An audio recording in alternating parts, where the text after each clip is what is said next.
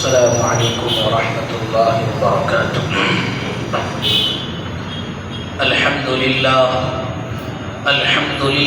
نحمده ونستعینه ونستغفره ونؤمن به ونتوکل علیہ ونعوذ باللہ من شرور انفسنا ومن سیئات اعمالنا، من يهده الله فلا مضل له ومن يضلله فلا هادي له، ونشهد أن لا إله إلا الله وحده لا شريك له، ونشهد أن سيدنا وحبيبنا ونبينا ومولانا محمدا عبده ورسوله، وصلى الله على النبي وعلى آله وأصحابه وأزواجه وذرياته وسلم تسليما كثيرا كثيرا، أما بعد، قال الله تبارك وتعالى في القرآن المجيد والفرقان الحميد: أعوذ بالله من الشيطان الرجيم،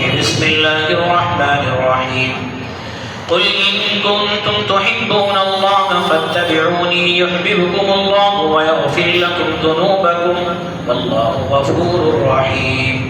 وقال في مقام آخر: وما آتاكم الرسول فخذوه وما نهاكم عنه فانتهوا، صدق الله العظيم.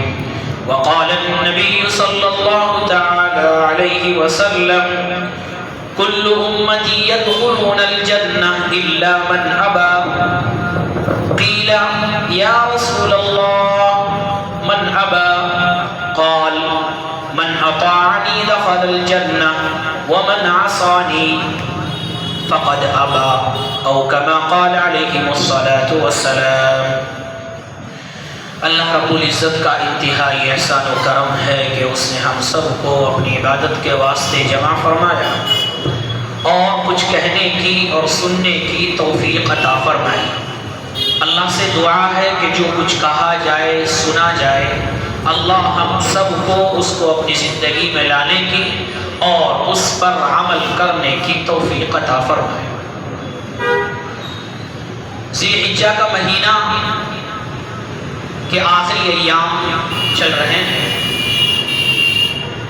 گزشتہ ہفتے آپ حضرات کے سامنے قربانی سے ہم کو کیا سبق ملا اور قربانی سے ہم کو کیا پیغام ملا اور قربانی ہم کو کیا پیغام دے گئی، اس کے بارے میں ذکر کیا تھا۔ ان میں سے چند چیزیں ذکر فرمائی تھی۔ ایک آخری چیز جو سب سے اہم ہے، جس کے بغیر انسان کی کامیابی ممکن ہی نہیں ہے، آج اس کا ذکر ہوگا۔ حضرت ابراہیم علیہ السلام نے اللہ کے حکم کے مطابق عمل کیا، نہ یہ دیکھا کہ میرا بیٹا ہے، نہ یہ دیکھا کہ بیٹے کو ذبح کون کرتا ہے،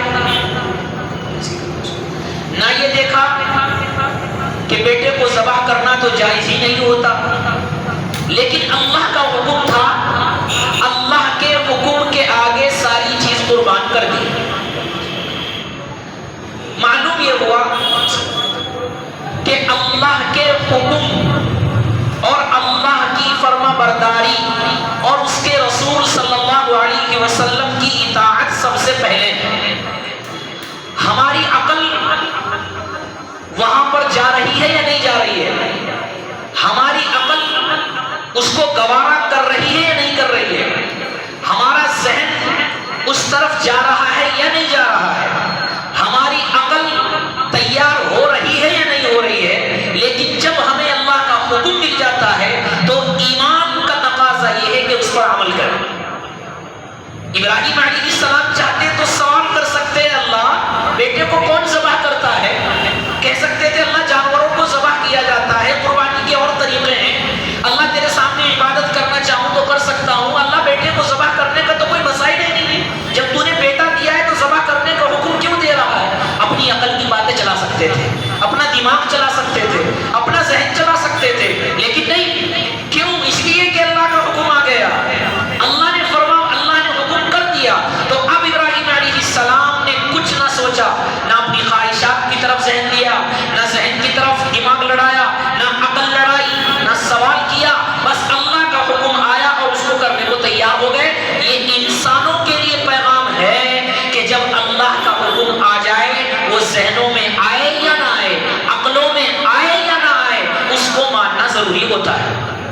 ہر چیز پر اللہ اور اس کے رسول کا حکم مقدم ہے، ہر چیز پر اللہ اور اس کے رسول کا تقدیر، اس کا حکم سب سے آگے ہے۔ ہمیں یہ نہیں دیکھنا کہ ایسا کیوں ہے، وجہ کیا ہے۔ اہل ایمان کا تقاضا یہ ہے کہ شریعت نے جو حکم کر دیا ہے، شریعت نے جو چیز بتا دی ہے، اللہ اور اس کے رسول نے جو حکم کر دیا ہے، اس کی اطاعت، اس کی فرما برداری، اس کی اتباع کرنا لازم اور ضروری ہے۔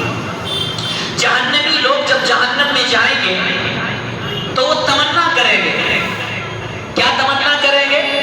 اطعنا اللہ و اطعنا الرسول، کاش ہم اللہ اور اس کے رسول کی اطاعت کر لیتے، اللہ اور اس کے رسول کی بات کو مان لیتے۔ ہم ان اپنے لوگوں کی اور اپنے بڑوں کی ان باتوں کو تسلیم نہ کرتے، ہم اللہ اور اس کے رسول کی بات کو مان لیتے تو آج ہم جہنم سے بچ جاتے۔ معلوم یہ ہوا انسان کو اگر کامیاب ہونا ہے، انسان کو اگر کامیابی چاہیے اور انسان کو اللہ کا تقرب چاہیے تو اس کے لیے اللہ اور اس کے رسول کی اطاعت لازم اور ضروری ہے۔ وہ عقل میں آ رہی ہے نہیں آ رہی ہے، اس کو آخر میں ایک بات ذکر کروں گا۔ صحابہ اکرام رضوان اللہ تعالی علیہ مجمعین نے اپنی خواہشات کو چھوڑ دیا، اپنی عقلوں کو چھوڑ دیا، اپنی نفسانی چیزوں کو چھوڑ دیا اور اللہ کا جو حکم آیا اس پر لبیک کہتے ہوئے اس پر عمل کیا۔ شروع اسلام میں صحابہ اکرام رضوان اللہ تعالی علیہ مجمعین جب تک وہ صحابی نہیں بنے تھے، جب تک انہوں نے اسلام کو قبول نہیں کیا تھا، اس وقت عرب کے اندر عام بیماریاں تھیں، زنا عام تھا، بدکاری عام تھی، بچیوں کو زندہ درگور کر دیا جاتا تھا، شراب کی لت عام چیزیں تھیں۔ صحابہ اکرام نے اسلام کو قبول کیا، اللہ کے رسول صلی اللہ علیہ وسلم کی صحبت قبول کی، اور جو ایک وقت میں گناہ کے اندر ملوث تھے جب صحابی بن گئے، اللہ کے رسول کی صحبت اختیار کر لی اور ایمان لے آئے تو انہوں نے اللہ کے رسول صلی اللہ علیہ وسلم کی اطاعت کی۔ ایک صحابی راستے میں جا رہے تھے، ایک عورت نے ان کو کہا کہ آؤ میرے ساتھ غلط کام کریں۔ ان صحابی نے اعوذ باللہ کہا کہ اب میں تمہارے ساتھ نہیں رہ سکتا۔ ان عورت نے کہا کہ تم تو ہمارے ساتھ رہتے تھے، بات چیت کرتے تھے، گفتگو کرتے تھے، تمہاری ہماری گفتگو ہوتی تھی، اب کیا ہو گیا؟ انہوں نے فرمایا کہ تمہارے ساتھ جو تعلق تھے، تمہارے ساتھ جو تعلق قائم تھے وہ اسلام لانے سے پہلے تھے، اب میں نے اسلام قبول کر لیا، ایمان قبول کر لیا، اب میں تمہارے ساتھ گفتگو نہیں کر سکتا، بات چیت نہیں کر سکتا، تمہیں دیکھ نہیں سکتا۔ ہاں ایک شکل ہے کہ تم میرے ساتھ نکاح کر لو۔ ایک دور میں دونوں کے تعلق تھے، قائم تھے، لیکن اسلام لانے کے بعد صحابہ رضوان اللہ تعالی علیہ مجمعین کے اندر ڈر اور خوف پیدا ہو گیا اور کہا کہ نکاح کے بغیر میں تمہارے ساتھ نہیں رہ سکتا۔ اور نکاح کا حکم بھی جب ہوگا جب اللہ کے رسول صلی اللہ علیہ وسلم حکم کریں گے۔ صحابی گئے اللہ کے رسول صلی اللہ علیہ وسلم کے پاس اور کہا یا رسول اللہ یہ معاملہ ہے، اسلام لانے سے پہلے، ایمان لانے سے پہلے ایک عورت کا مسئلہ تھا اور وہ عورت مجھے ٹکرا رہی ہے اور کہہ رہی ہے میرے ساتھ رہو، اب کیا مسئلہ ہے؟ آپ جیسا حکم کریں میں ماننے کو تیار ہوں۔ اللہ کے رسول صلی اللہ علیہ وسلم تھوڑی دیر خاموش رہے اور قرآن کریم کی آیت نکلی وَلَا تَنكِحُوا الْمُشْرِكِينَ حَتَّى يُؤْمِنُوا وَلَا تَنكِحُوا الْمُشْرِكَاتِ حَتَّى يُؤْمِنُوا، کہ تم مشرکہ عورت سے نکاح نہیں کر سکتے جب تک کہ وہ ایمان نہ لے آئے۔ معلوم یہ ہوا کہ اسلام اور مسلمان اور غیر مسلم کا آپس میں نکاح نہیں ہو سکتا۔ جب قرآن کریم کی آیت اتری اور اللہ نے فرما دیا ایک مومن کا، مسلمان کا، اہل ایمان کا غیر مسلم عورت کے ساتھ نکاح نہیں ہو سکتا، ان صحابی نے اس عورت کو فرمایا آج سے تیرا میرا کوئی تعلق نہیں ہے، اس لیے کہ اب میں اسلام کو قبول کر چکا ہوں، اللہ کا حکم آ چکا ہے، غیر مسلم کے ساتھ نکاح نہیں ہو سکتا جب تک کہ وہ اسلام قبول نہ کر لے، میں اللہ کے حکم کو ماننے والا ہوں۔ یہ بتا دیا صحابہ اکرام رضوان اللہ تعالی علیہ مجمعین نے کہ اللہ کا جو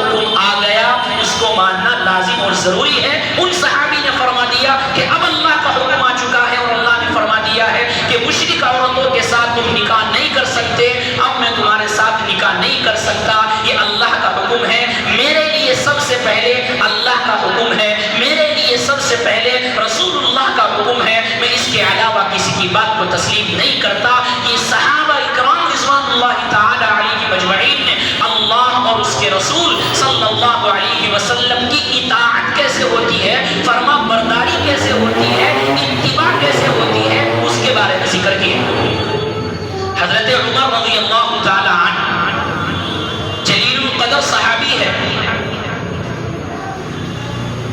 طواف کر رہے ہیں, حجر اسود کا بوسہ لیتے ہیں, اس کو چومتے ہیں اور چومنے کے بعد ارشاد فرماتے ہیں, کیا کہتے ہیں, اے پتھر مجھے معلوم ہے لا تضر ولا تنفع, نہ تو نقصان دے سکتا ہے نہ نفع پہنچا سکتا ہے, خالص تو ایک پتھر ہے, تیرے اندر نہ نفع پہنچانے کی صلاحیت نہ نقصان پہنچانے کی صلاحیت, تیرے اندر کوئی صلاحیت نہیں, نہ تو زندہ کر سکتا نہ تو مار سکتا, نہ تو فائدہ پہنچا سکتا نہ نقصان پہنچا سکتا, لیکن میں تجھے چوم رہا ہوں, میں تجھے بوسہ دے رہا ہوں. کیوں؟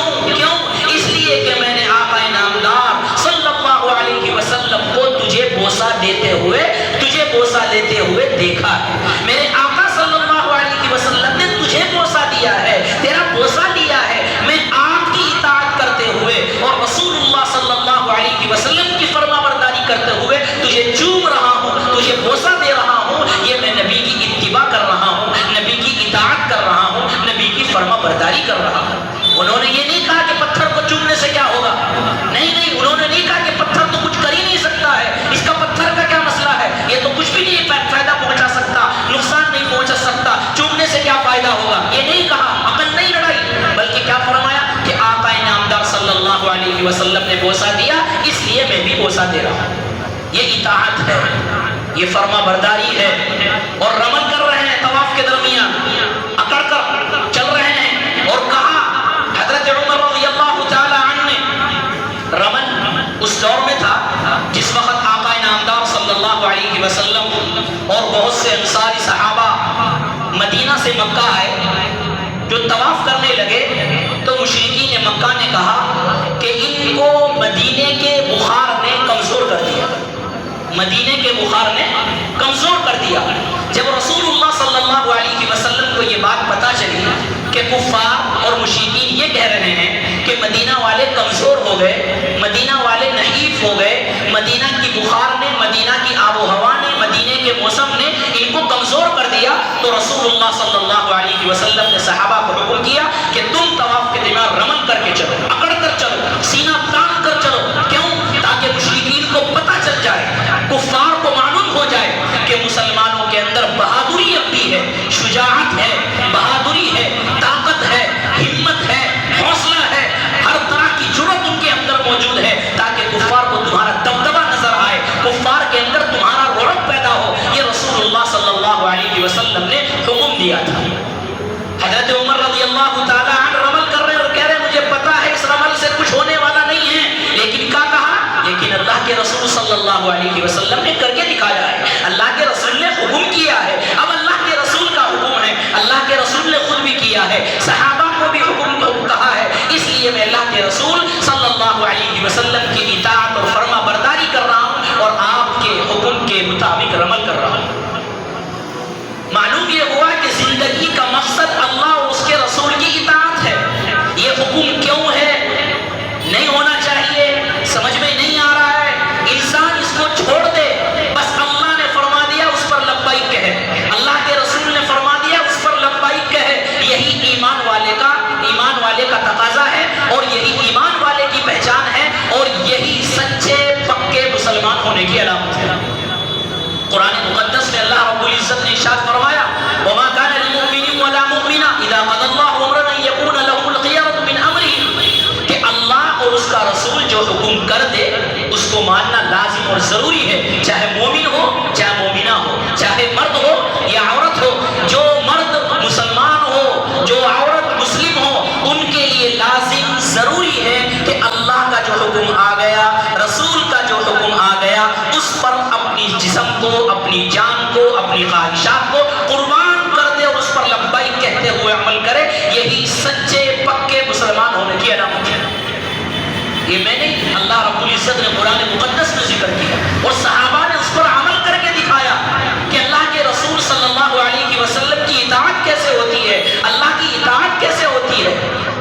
عثمان رضی اللہ تعالی عنہ مسجد نبوی میں تشریف لائے، وضو کرنے کے درمیان ذرا مسکرائے، وضو کرتے ہوئے ذرا مسکرائے۔ ایک صحابی نے پوچھا ہے عثمان تمہارے آس پاس تو کوئی نہیں تھا، کس چیز پر تمہیں ہنسی آئی، کیوں تمہارے چہرے پر مسکراہٹ آئی؟ حضرت عثمان غنی رضی اللہ تعالی عنہ نے فرمایا کہ میں مسکرایا اس لیے کہ ایک مرتبہ آقا نامدار صلی اللہ علیہ وسلم کو وضو کے درمیان میں نے کسی بات پر مسکراتا ہوا دیکھا تھا۔ آپ کی ادا کو زندہ کرنے کے لیے، آپ کی سنت کو زندہ کرنے کے لیے میں ایک مرتبہ مسکرایا، اس لیے کہ آقا نامدار صلی اللہ علیہ وسلم کو میں نے ایک مرتبہ مسکراتے ہوئے دیکھا ہے۔ یہ دیکھیے ایک ایک چیز کو انہوں نے کیسے حاصل کیا، چھوٹی چھوٹی چیز پر کیسے عمل کر کے دکھایا۔ حضرت ابن عمر رضی اللہ تعالی عنہ راستے میں جا رہے ہیں، حج کے سفر پر جا رہے ہیں، سواری پر سوار ہیں، سواری سے راستے میں جا رہے ہیں، سواری سے اترے اور اتر کر جنگل کی طرف چل دیے۔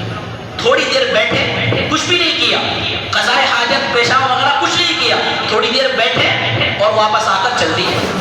جو صحابی ان کے ساتھ تھے انہوں نے معلوم کیا ہے ابن عمر کیا مسئلہ ہے، تم جنگل کے اندر گئے اور کچھ بھی کیا نہیں، ہم نے سوچا قضائے حاجت کے لیے گئے ہیں، پیشاب وغیرہ کے لیے گئے، لیکن آپ نے تو کچھ نہیں کیا، ایک دم سے آپ اتر آ گئے، کیا مسئلہ ہے؟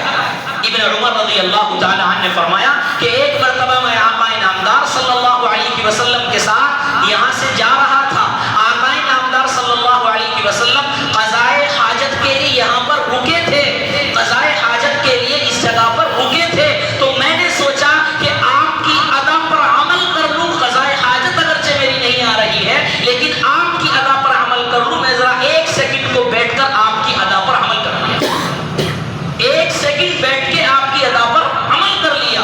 یہ وہ صحابہ تھے جنہوں نے رسول اللہ صلی اللہ علیہ وسلم کی ایک ایک چیز کو، ایک ایک ادا کو پسند کیا اور اس پر عمل کر کے دکھایا اور لوگوں کو بتایا کہ زندگی کے اندر کامیابی چاہتے ہو، زندگی کے اندر کامیاب ہونا چاہتے ہو تو اللہ اور اس کے رسول کی ایک ایک سنت اور اللہ اور اس کے رسول کی اطاعت اور اللہ اور اس کے رسول کی فرما برداری کرنا تمہارے لیے لازم ہے، ضروری ہے۔ ان کی اداؤں پر اپنی اداؤں کو نچھاور کرنا لازم اور ضروری ہے۔ تم نے اللہ اور اس کے رسول کے مطابق زندگی گزار لی تو تمہاری زندگی کامیاب ہے۔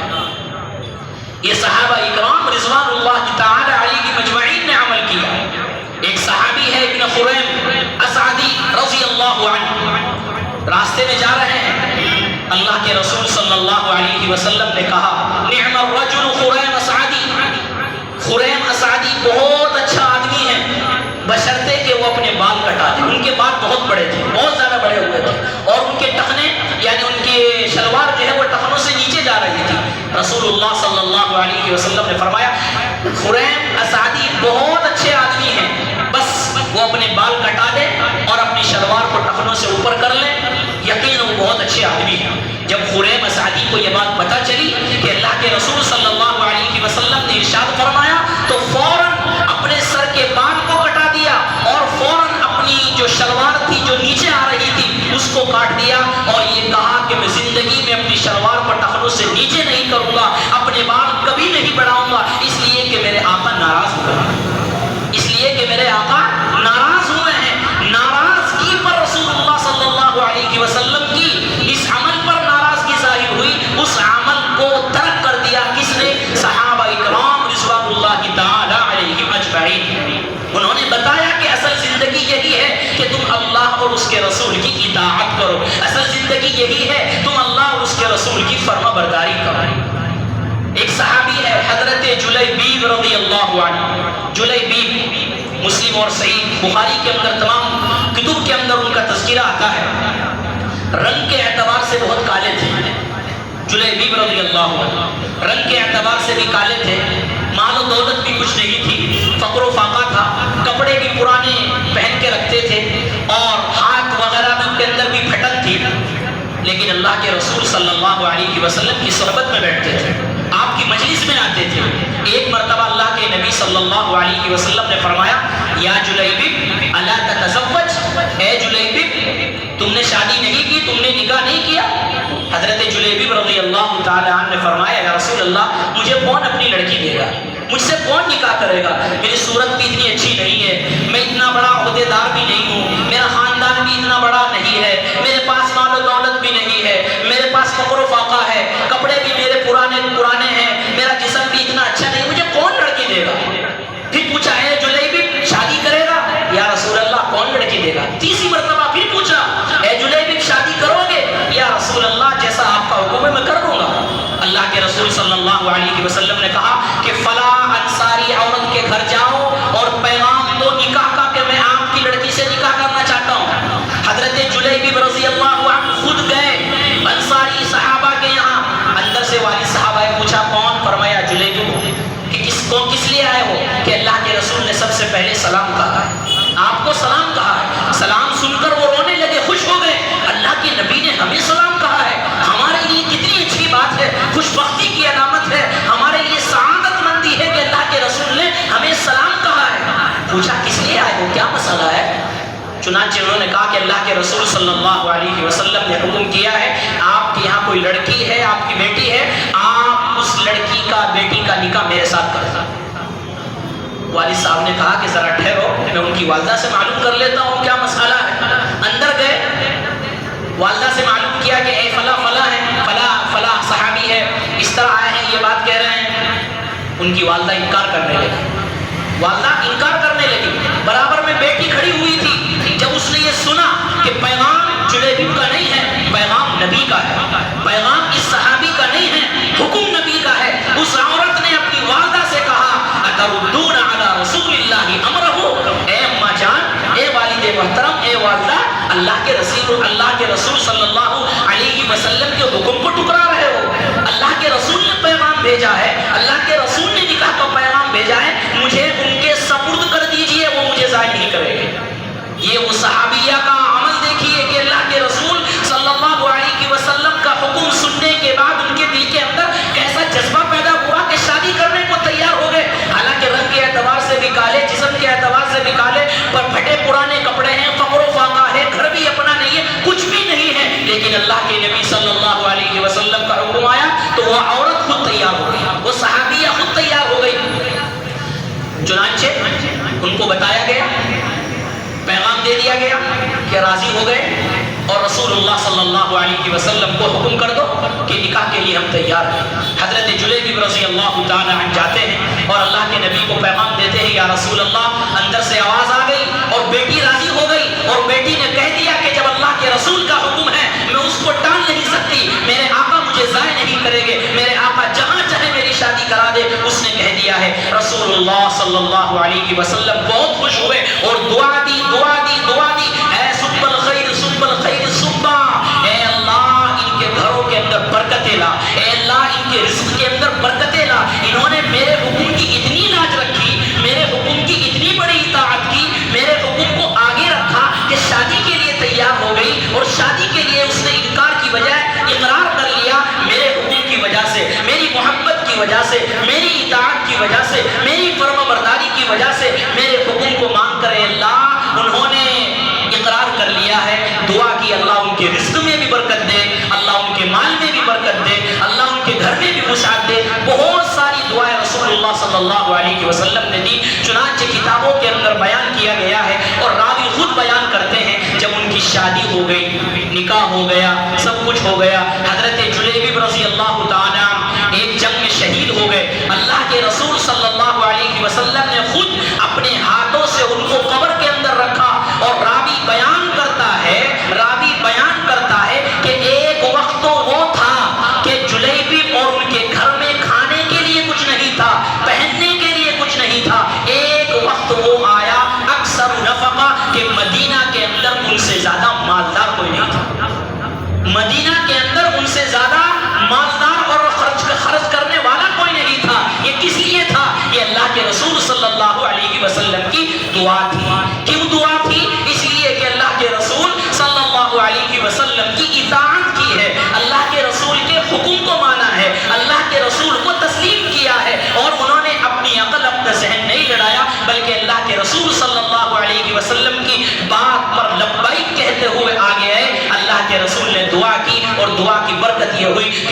مدینے کے اندر انصاری صحابہ میں سے سب سے زیادہ مالدار گھرانہ وہ بن گیا. اگر کسی کو کچھ لینا ہوتا تھا تو ان کے گھر میں جاتے تھے. اگر کسی کو کوئی تمنا ہوتی تھی, کوئی آرزو ہوتی تھی, کوئی تعاون اور مدد چاہتے تھے تو ان انصاری صحابہ صحابیہ کے گھر میں جاتے تھے. حضرت جلیبیب کے گھر میں جاتے تھے اور صحابی کہتے تھے کہ یہ اللہ کے رسول کی دعا ہے کہ جو اللہ کے حکم کو مانتا ہے اللہ عزتوں سے نوازتا ہے. جو رسول اللہ کے حکم کو تسلیم کرتا ہے اللہ دنیا میں بھی چمکاتا ہے, آخرت میں بھی چمکاتا ہے. دنیا میں بھی اللہ نے عزت دی ہے کہ مال و دولت دیا ہے اور خوب عزت دی ہے, اور آخرت میں بھی عزت دی ہے کہ حضرت جلیبیب کو شہید کرا دیا. جب اللہ کے رسول اور اللہ کی اطاعت کی جائے اور فرما برداری کی جائے تو اللہ رب العزت دنیا اور آخرت میں انسان کو چمکا دیتے ہیں اور انسان کو جو ہے اللہ رب العزت کامیابی عطا فرماتے ہیں. یہ بات کیوں کہی گئی اور یہ عنوان کیوں لایا گیا؟ اس لیے کہ آپ حضرات کے سامنے آج کے ٹیکنالوجی دور میں خاص طور پر جو اسکول اور کالج میں بچے پڑھنے والے ہیں یقیناً دین میں آگے ہیں, نمازیں بھی پڑھ رہے ہیں, لباس بھی ان کا سنتی ہے اور اسلامی ہے, سب اپنی جگہ ہے. لیکن آج کل ایک ذہن بنا دیا گیا ہے, ایک عقل اور ایک بات لا دی گئی ہے کہ شریعت عقل کے تابع ہونی چاہیے. کیا مطلب؟ یعنی جو ہماری عقل کہہ رہی ہے شریعت وہی کہے. سمجھے؟ جو ہماری عقل تسلیم کر رہی ہے شریعت وہی کہے. لیکن یاد رکھیں یہ بات کہ شریعت کا تعلق عقل سے نہیں ہے. شریعت کا تعلق عقل سے نہیں ہے, شریعت کا تعلق وحی سے ہے, شریعت کا تعلق حکم الہی سے ہے. اس لیے کہ شریعت کس کو کہتے ہیں؟ قرآن کو کہتے ہیں. قرآن کس نے اتارا؟ اللہ نے اتارا. شریعت کس کو کہتے ہیں؟ اللہ کے رسول صلی اللہ علیہ وسلم کے نکلے ہوئے زبان سے الفاظ کو کہتے ہیں. اور اللہ کے رسول کون سی بات بولتے ہیں؟ جو اللہ ان کو حکم فرماتا ہے. تو شریعت عقل کے تابع نہیں ہے, عقل شریعت کے تابع ہے. ہمارے ذہنوں میں وہ بات آ رہی ہے یا نہیں آ رہی ہے؟ ہماری عقل تسلیم کر رہی ہے یا نہیں کر رہی ہے؟ اگر شریعت کا حکم ہے تو ہمیں ماننا ہوگا, لازم اور ضروری ہوگا, نہیں تو ہم پکے سچے مسلمان نہیں ہیں. انسان یہ کہے کہ میری عقل میں یہ حکم نہیں آ رہا لہٰذا میں انکار کرتا ہوں, تو کیا وہ مسلمان ہے؟ کیا وہ اہل ایمان کے اندر داخل ہے؟ کیا وہ اسلام کے اندر داخل ہے؟ دنیاوی قانون کے اندر دنیاوی حکمران کوئی قانون بنائے تو اس کو تو ماننا پڑتا ہے, اس کو تو مانا جائے گا. وہ اگرچہ عقل میں آ رہا ہے یا نہیں آ رہا ہے لیکن ماننا تو ہوگا نا, کیونکہ دنیاوی حکمران نے قانون نافذ کر دیا ہے. جب قانون نافذ کر دیا ہے تو اس میں مسلمان ہو, غیر مسلم ہو, مالدار ہو, کوئی بھی ہو, اس کو تو مانا جائے گا دنیاوی اعتبار سے, بشرطے کہ وہ شریعت کے خلاف نہ ہو. دنیاوی اعتبار سے تو جب دنیا کے اندر ہم دنیاوی حکمرانوں کے قانون بنائے ہوئے کو مان لیتے ہیں تو پھر اللہ کے بنائے ہوئے قانون کو کیوں نہیں مانتے؟ اس میں آیا اللہ کے بنائے ہوئے قانون کو کیوں نہیں مانتے؟ ہمیں یاد رکھیں حضرت علی رضی اللہ تعالیٰ فرماتے ہیں کہ شریعت عقل کے تابع نہیں ہے, شریعت عقل کے تابع نہیں ہے, عقل شریعت کے تابع ہے. انہوں نے مثال دے کر سمجھایا. چمڑے کے موزے ہوتے ہیں, چمڑے کے موزے ہوتے ہیں, ان پر مسح کرنا جائز ہوتا ہے سب کے احناف سب کے نزدیک جو چمڑے کے ہوتے ہیں. حضرت علی نے فرمایا کہ اگر عقل شریعت کے تابع ہوتی تو مسح جو ہے وہ موزوں کے اوپر نہیں موزوں کے نیچے ہوتا. کیوں؟ اس لیے کہ گندا جو ہے, گندا پیر جو ہوتا ہے وہ نیچے والا حصہ ہوتا ہے نا, اوپر والا تو گندا نہیں ہوتا. نیچے والا حصہ گندا ہوتا ہے, اس پر مٹی لگ جاتی ہے, دھول لگ جاتی ہے, وہی تو گندا ہوتا ہے. تو مسح اس پہ ہونا چاہیے تھا لیکن اس پہ تو مسح کا حکم نہیں ہے, مسح تو اوپر کرنے کا حکم ہے. معلوم یہ ہوا کہ یہاں پر عقل کے گھوڑے نہیں توڑائے جائیں گے کہ عقل یہ کہہ رہی ہے شریعت نے حکم کر دیا ہے آپ کو لبیک کہنا ہوگا. آپ کی بات آپ کی عقل میں آ رہی ہے نہیں آ رہی ہے, آپ کی عقل وہاں تک پہنچ رہی ہے نہیں پہنچ رہی ہے, آپ کے لیے لازم ہے اللہ اور اس کے رسول کا جو حکم ہے اس کو ماننا ہوگا. بہت سے حضرات اعتراض کرتے ہیں کہ جی 4 مردوں کو 4 شادی کرنے کا, ایک مرد کو 4 شادی کرنے کی اجازت ہے, عورت کو 4 کی اجازت نہیں ہے. بہت سارے اعتراض ہوتے ہیں, ان میں سے ایک اعتراض مختصر طور پر سن لیں. بہت سی مرتبہ کیا ہوتا ہے اسلام پر اعتراض بھی کیا جاتا ہے, خود مسلمان بھی اعتراض کر جاتے ہیں. حلالے کا مسئلہ ہے, حلالے کا مسئلہ ہے. بہت سی مرتبہ کیا ہوتا ہے کہ جی قصور تو مرد نے کیا, طلاق دی 3 طلاق, عورت سزا کیوں بھگت رہی ہے, عورت سزا کیوں بھگت رہی ہے؟ عقل لڑاتے ہیں. حالانکہ ہمیں یہ ذہن میں رکھنا چاہیے کہ حلال کا لفظ قرآن میں تو نہیں ہے. قرآن نے ایک صورت بیان کی ہے کہ اگر ایک عورت کو 3 طلاق مکمل ہو گئی وہ دوسرے مرد سے نکاح کر لے گی. دوسرے مرد کا بالاتفاق انتقال ہو گیا یا بالاتفاق اس نے طلاق دے دی, ایک صورت بیان فرمائی. اب وہ عورت پہلے شوہر کے پاس جانا چاہتی ہے تو اس کے لیے جائز ہے کیونکہ وہ دوسرے کے ساتھ نکاح. شریعت نے قرآن نے صورت بیان فرمائی, کوئی واجب تھوڑا ہی کا ہے, کوئی مستحب تھوڑا ہی کا ہے, کوئی سنت تھوڑا ہی کا ہے. اب یہاں پر مسئلہ سمجھے آپ, عقل کے گھوڑے دوڑانے والے مسلمان اور عقل پر اپنی شریعت کو لازم کرنے والے مسلمانوں کے لیے وہ یہ اعتراض کرتے ہیں کہ جی طلاق تو مرد نے دی ہے, 3 طلاق مرد نے دی ہے, غصہ اس کو آیا ہے, سزا عورت بھگت رہی ہے. تو اس کا ایک سمپل سا اور آسان سا جواب یہ ہے کہ عورت کو کون کہہ رہا ہے کہ دوبارہ اس مرد کے پاس جاؤ؟ نہیں سن رہا ہے؟ عورت کو کون کہہ رہا ہے تو جا رہا ہے اس کے پاس؟ اور مرد, اللہ رب العزت نے حکم کیا جب تجھے طلاق ہو گئی تو جو جہاں چاہے نکاح کر سکتی ہے, تیری مرضی ہے, تیری مرضی جہاں چاہے نکاح کر سکتی ہے. تجھے کہا جا رہا ہے کہ واجب ہے اسی کے پاس جانا. جو ایک مرتبہ طلاق دے سکتا ہے وہ دوسری مرتبہ بھی دے سکتا ہے. اس نے نہ بچوں کو دیکھا نہ کچھ دیکھا, اس نے غصے میں آ کر تجھے طلاق دے دی, وہ دوبارہ بھی دے سکتا ہے. اب تو خود جانا چاہ رہی ہے, شریعت تجھے واجب نہیں کہہ رہا ہے کہ تیرا جانا ہی لازم ہے, شریعت تیرے اوپر حکم نافذ نہیں کر رہا ہے, سنت نہیں کہہ رہا ہے, مستحب نہیں کہہ رہا ہے, لیکن تو خود ہی جانا چاہ رہی ہے, تیرا خود ہی ارادہ بن رہا ہے. شریعت تو کہہ رہی کہیں اور کر لے, لیکن تو مان ہی نہیں رہی ہے, تو تیار ہی نہیں ہو رہی ہے, تجھے کچھ نظر ہی نہیں آ رہا ہے. جب تو خود ہی ماننے کو تیار نہیں, خود ہی جانے کو کہیں اور تیار نہیں, اس مرد کے پاس جا رہی ہے, اب سزا بھگت. یہ عورت پر ظلم نہیں ہے. بہت سے حضرات کے اعتراض کرتے ہیں کہ جی اتنا بڑا وہ رکھ دیا گیا, اتنی بڑی سزا رکھ دی گئی کہ اگر ایک مرتبہ غصے میں یا 3 مرتبہ غصے میں طلاق دے دی, اب اس کو آنے کے لیے حلالہ ہوگا. یقیناً اگر یہ حکم نہ ہوتا تو طلاق عام ہو جاتی. آپ سعودی کے اندر دیکھیں اور نہ جائے غیر مسلموں کے اندر دیکھیں, ان کے یہاں تو کوئی مسئلہ نہیں, کوئی شریعت نہیں ہے. مسلمانوں سے زیادہ غیروں کے یہاں طلاقیں ہیں, ہے نہیں؟ مسلمانوں سے زیادہ غیروں کے یہاں طلاقیں ہیں.